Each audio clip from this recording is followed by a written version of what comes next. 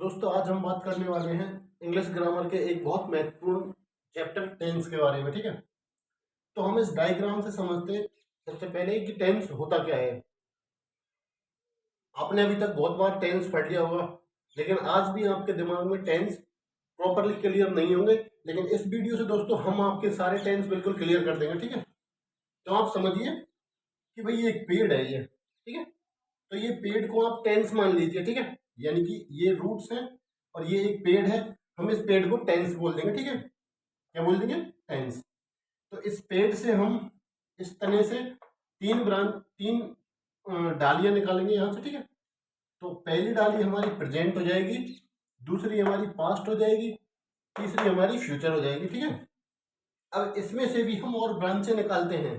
ठीक है, इसमें से भी हम प्रेजेंट से 4 ब्रांचें निकलती हैं। एक सिंपल हो जाएगी, दूसरी कंटिन्यूअस हो जाएगी। ठीक है, और तीसरी हमारी परफेक्ट हो जाएगी, चौथी हमारी हो जाएगी परफेक्ट कंटिन्यूअस। तो आप इस डायग्राम से समझ सकते हो कि भाई ये एक पौधा था। ठीक है, उसका नाम हमने टेंस दिया। ठीक है, या फिर ये समझ लो एक पीढ़ी थी, फर्स्ट पीढ़ी, ये दादाजी है, दादाजी का नाम टेंस है। दादाजी के 3 बच्चे हैं, पहले का नाम रखा उन्होंने प्रेजेंट, दूसरे का रखा उन्होंने पास्ट और तीसरे का रखा उन्होंने फ्यूचर। इस तरह से समझ लीजिए आप। जो पहला बेटा था प्रेजेंट, उस प्रेजेंट के 4 बच्चे हुए। पहले का नाम था इंडेफिनेट या सिंपल, दूसरे का था कंटिन्यूअस, तीसरे का था परफेक्ट और चौथे का था परफेक्ट कंटिन्यूअस। तो आप इस डायग्राम से इस बात को समझ सकते हो। चलिए आगे बढ़ते हैं दोस्तों। ठीक है, और अच्छे से समझाते हैं। इसको हिंदी में क्या बोलते हैं? काल या समय। क्या बोलते हैं? काल या समय। और ये किस चीज को दर्शाता है? किसी काल या समय को दर्शाता है। ठीक है, टेंस। अब कोई एक्शन है, क्या है? किसी भी एक्शन, अगर कोई एक्शन है, कोई एक्शन कब हो रहा है उस चीज को ये बताएगा। ठीक है, और वो एक्शन कितना हो गया है, कितना हो गया है, कब हो, वो एक्शन कब होगा और वो एक्शन कितना हो गया है, ये चीज आपको कौन कौन दिखाएगा? टेंस। टेंस वो चीज है जो आपको बताएगा कि वो एक्शन, कोई कार्य है, वो कब हो रहा है और वो कार्य कितना हो गया है। ठीक है, टाइम। टाइम को आप कितने भागों में डिवाइड करोगे बताइए? टाइम को हम डिवाइड करेंगे 3 हिस्सों में। ठीक है, किसमें? कोई भी एक्टिविटी होगी तो वो 3 समय पे हो सकती है। ठीक है, जैसे भाई ये है हमारा पॉइंट ऑफ टाइम। ठीक है, ये हमारा कोई पॉइंट है, यानी कि ये है हमारा अब। क्या है? अब। ठीक है, अगर इससे पहले, तो ये हमारा अब है। ठीक है, अगर हम इससे पीछे की तरफ जाएंगे, ठीक है, या फिर इधर की तरफ जाएंगे, पीछे की तरफ जाएंगे, तो वो हो जाएगा अब से पहले। अब से पहले। ठीक है, यानी कि भूतकालीन चीज। ठीक है, क्या है? भूतकालीन चीजें, भूतकालीन एक्टिविटी। ठीक है, और अभी होंगी वो होंगी हमारी वर्तमान क्रियाकलाप। ठीक है, वर्तमान क्रियाकलाप होंगे वो हमारे अभी होंगे। भूतकालीन जो क्रियाकलाप है वो अब से पहले के, और भविष्यकालीन जो अब के बाद में जो चीज होगी वो हमारी होगी भविष्य में। ठीक है, तो दोस्तों ये हो जाएगा हमारा प्रेजेंट। इससे पहले की जो भी एक्टिविटी रही वो हमारी आएंगी पास्ट के अंदर, और अब के आगे जो एक्टिविटी होगी वो आएगी हमारी फ्यूचर के अंदर। ठीक है, तो दोस्तों यही होते हैं बस 3 टाइप टेंस के। ठीक है, पहला कौन सा देता है अपन का? प्रेजेंट, जो वर्तमान में कोई भी एक्टिविटी हो रही है वो। ठीक है, अब से पहले अगर कोई एक्टिविटी हुई है तो वो आपके आ जाएगा पास्ट के अंदर। आपके बाद में कोई एक्टिविटी होगी वो आएगी आपकी फ्यूचर के अंदर। तो इन चीजों को अगर आप समझ गए तो समझ लीजिए आप टेंस का चैप्टर समझ गए। ठीक है, पूरी तरह से। चलिए आगे बढ़ते हैं।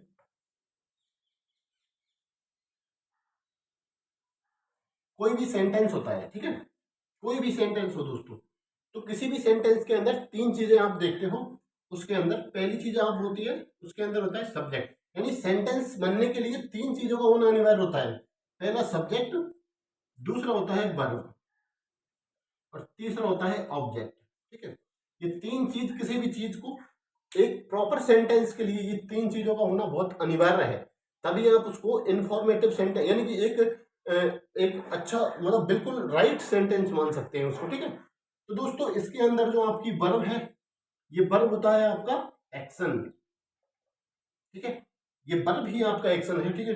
तो इस एक्शन को कौन दिखाएगा? ये काल दिखाएगा, ये टेंस दिखाएगा। आपने देखा होगा correct form of the verb, ठीक है, आप पढ़ते होंगे correct form of the word दोस्तों, कौन सा? Correct form of the verb. अगर आपका ये चैप्टर क्लियर है, अगर आपका टेंस क्लियर है, तो आप correct form of the verb, error detection, ये सारे सारे चैप्टर्स हैं, वो सारे आप यहां से आराम से कर लेंगे। तो दोस्तों बात करते हैं आज हम टेंस के बारे में और बताते हैं आपको इसकी डिटेल सारी चीजों के बारे में, ठीक है। चलिए, हाँ तो दोस्तों एक उदाहरण से हम आपको समझाते हैं टेंस के बारे में, ठीक है। तो एक सेंटेंस है हमारा, मैं स्कूल जाता हूँ, ठीक है, आई गो टू स्कूल, ठीक है, ये पहला वाक्य है हमारा। दूसरा वाक्य मैं स्कूल गया था, ठीक है, ये हमारा दूसरा वाक्य हो जाएगा आई वेंट टू स्कूल, ठीक है। मैं स्कूल जाऊंगा, ये हमारा तीसरा वाक्य हो जाएगा I will go to school, ठीक है। अब हम बात करते हैं कि जो ये तीन आपको उदाहरण दिए हैं, ये किसके दिए हैं? टेंस के, ठीक है। टेंस के अलग अलग प्रकारों के उदाहरण हैं। तो जो ये उदाहरण है हमारा, ठीक है, पहला मैं स्कूल जाता हूँ, ये क्या चीज दिखाता है? ये कोई भी एक्शन दिखाता है जो वर्तमान में हो रहा है, ठीक है। यानी कि मैं स्कूल जाता हूँ, यानी कि वो अभी स्कूल जा रहा है, ठीक है। अभी स्कूल जा रहा है मतलब वो कार्य हो रहा है कब? अभी हो रहा है, तो वो कार्य है आपका प्रेजेंट का, ठीक है। आई गो टू स्कूल यानी कि वो अभी स्कूल जा रहा है, ठीक है। अभी अगर कार्य हो रहा है तो टेंस कौन सा हो जाएगा? प्रेजेंट, ठीक है। मैं स्कूल गया था, ठीक है, यानी कि ये काम कब का है? मैं स्कूल अब से पहले गया था, ठीक है। तो अब से पहले का ये कार्य है आई वेंट टू स्कूल, तो ये काम आ जाएगा, ये आपका बैक हो जाएगा, कौन सा? पास्ट हो जाएगा ये सेंटेंस, क्योंकि इसके अंदर कार्य हुआ था जाने का, ठीक है, स्कूल जाने का। स्कूल जाने का कार्य हुआ था, तो स्कूल जाने का कार्य अगर अभी हो रहा है तो वो आपका प्रेजेंट। स्कूल जाने का कार्य पहले हो गया है तो वो हो जाएगा आपका पास्ट, ठीक है। मैं स्कूल जाऊंगा, इसमें जाने का कार्य कब होगा? आगे होगा, ठीक है। तो I will go to school, तो ये हो जाएगा आपका फ्यूचर टेंस, ठीक है। तो ये चीज आपको समझनी है थोड़ी सी, ठीक है। अब हम बात करने वाले हैं, तो ये चीज आपको क्लियर कर देगी। तो दोस्तों बात करने वाले हैं हम प्रेजेंट इंडेफिनिट टेंस के बारे में, ठीक है। तो हम प्रेजेंट इंडेफिनिट टेंस को स्टार्ट करते हैं। सबसे पहले समझते हैं हम एक उदाहरण से, ठीक है। मैं रोज स्कूल जाता हूँ, ठीक है। तो ये सेंटेंस क्या बोल रहा है? मैं रोज स्कूल जाता हूँ, ठीक है, मैं रोज स्कूल जाता हूँ। और यहाँ पर कार्य क्या हो रहा है? जाने का। किसका कार्य होता है? स्कूल जाने का कार्य हो रहा है, ठीक है। और ये कार्य कब का हो रहा है? रोज हो रहा है, ठीक है, डेली। तो प्रेजेंट इंडेफिनिट टेंस के अंदर हम बात करते हैं कि रोज होने वाला कार्य यानी कि जो डेली एक्टिविटीज है, ठीक है, उसके बारे में, ठीक है। कोई हैबिट है अगर हमारे अंदर तो उस आदत के बारे में, ठीक है।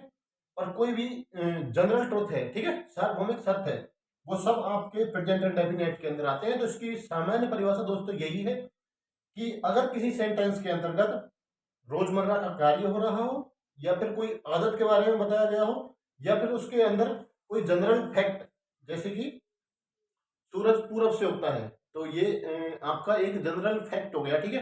तो ये चीजें हैं आपकी, अगर ये चीजें हो रही हैं तो वो आपका हो जाएगा प्रेजेंट इंडेफिनिट, ठीक है। अब इसकी पहचान की बात करते हैं दोस्तों सबसे पहले हम, ठीक है। तो इसकी अगर हम पहचान की बात करें तो ता है, ती है, ते है, ठीक है। अगर किसी वाक्य के अंत में ता है, ती है, ते है आते हैं और उसके अंदर कोई कोई डेली रूटीन की बात हो रही हो, ठीक है, डेली रूटीन की बात हो रही हो, किसी हैबिट की बात हो, किसी हैबिट की बात हो, या फिर कोई जनरल ट्रुथ की बात कर रहा हो, जनरल ट्रुथ की बात कर रहा हो, तो वो सेंटेंस आपका प्रेजेंट इंडेफिनिट सेंटेंस के अंदर आता है, ठीक है दोस्तों। चलिए आगे बढ़ते हैं। हाँ, कोई भी सेंटेंस होता है तो उसके अंदर तीन चीज होती है, ठीक है। सबसे बड़ी होती है सब्जेक्ट प्लस वर्ब। अब वर्ब भी दो तरह की होती है आपकी, ठीक है। एक होती है हेल्पिंग वर्ब, दूसरी होती है मेन वर्ब, ठीक है, और तीसरा होता है आपका ऑब्जेक्ट, ठीक है। ये तीन चीज होती है इसके अंदर। तो दोस्तों प्रेजेंट इंडेफिनिट के अंदर आपने हिंदी में तो पहचानता है ती है ते है समझ ली, ठीक है। लेकिन इंग्लिश की बात करें तो इसके अंदर क्या है दोस्तों, हेल्पिंग वर्ब है वो नहीं होती है, ठीक है। हेल्पिंग वर्ब इसके साधारण वाक्यों के अंदर नहीं होती है, तो हेल्पिंग वर्ब को आप हटा दीजिए, ठीक है। तो होती है आपकी मेन वर्ब, मुख्य क्रिया, ठीक है। तो मुख्य क्रिया की आपकी कौन सी फॉर्म, मुख्य क्रिया की वर्ब की फर्स्ट फॉर्म लगती है, ठीक है। साधारण वाक्य में क्या लगती है, वर्ब की फर्स्ट फॉर्म, ठीक है। और कुछ केस में आपको एस या ईएस इसमें देखने को मिलता है, ठीक है।